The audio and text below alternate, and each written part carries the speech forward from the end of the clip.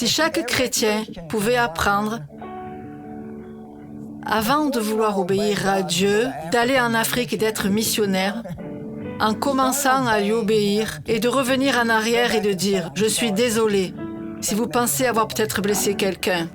Au juste les petites choses que vous sentez que Dieu met sur votre cœur à faire, parce que si vous devenez bon à obéir à Dieu dans les petites choses, vous n'aurez pas de problème. J'ai entendu une fois que quelqu'un avec qui nous travaillons avait parlé de moi en mal. Et nous lui avons donné beaucoup de contrats.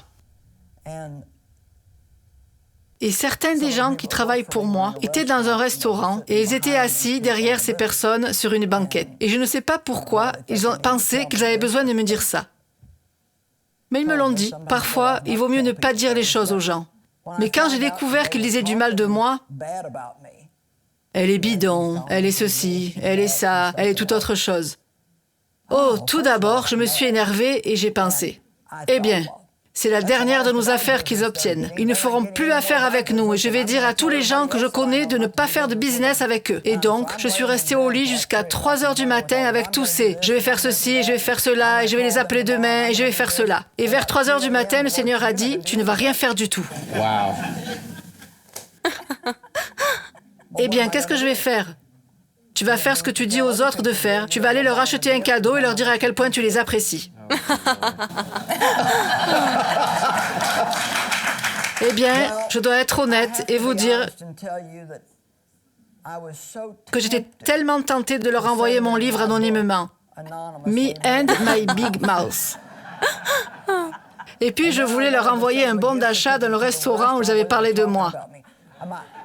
Si je devais le faire, je voulais trouver un moyen de le faire sans qu'ils sachent. Oui, qu'ils le sachent. Que je savais et que je voyais à quel point je suis bon de leur pardonner. Mais j'ai fini par leur écrire une lettre d'appréciation et leur envoyer 4 ou 5 cartes cadeaux pour manger au restaurant. Je lui ai juste dit à quel point nous les apprécions et quel excellent travail ils avaient fait pour nous. Et le truc, c'est que j'étais malheureuse jusqu'à ce que je décide de faire ça. Au moment où j'ai décidé de faire ça, j'ai retrouvé ma joie. J'ai trouvé ça hilarant. Ça a cassé le pouvoir de ça. Le pouvoir de ça. Ça a cassé le pouvoir de Il ça. a brisé le pouvoir de cela. Parce que lorsque nous obéissons à Dieu, le diable ne peut pas nous garder malheureux. Ouais. Quand vous obéissez à Dieu et que vous savez quoi? La Bible dit, les petits renards qui ravagent les vignes. Mais je vais être vraiment honnête avec vous. Je ne pense pas que les grosses choses que nous faisons mal soient un problème aussi important que les petites choses que nous faisons mal, que nous ignorons et dont nous nous repentons pas vraiment parce que nous pensons que ce n'est pas grave. Et si chaque chrétien pouvait apprendre, avant de vouloir obéir à Dieu, d'aller en Afrique et d'être un missionnaire, en commençant par lui obéir et de revenir en arrière et de dire « Je suis désolé si vous pensez avoir peut-être blessé quelqu'un » ou juste les petites choses que vous sentez que Dieu met sur votre cœur à faire. Parce que si vous devenez bon à obéir à Dieu dans les petites choses, vous n'aurez aucun problème à lui obéir dans les grandes. Et oui, nous parlons toujours du livre « Guérir l'âme d'une femme » parce qu'il faut que toutes ces choses pour être en bonne santé dans votre âme. Et moi, personnellement, je dois entendre cela tous les jours. Je dois lire la parole de Dieu tous les jours. Et c'est pour ça que je pense que nous le faisons tous. Juste, pourquoi nous avons constamment besoin d'entendre cela?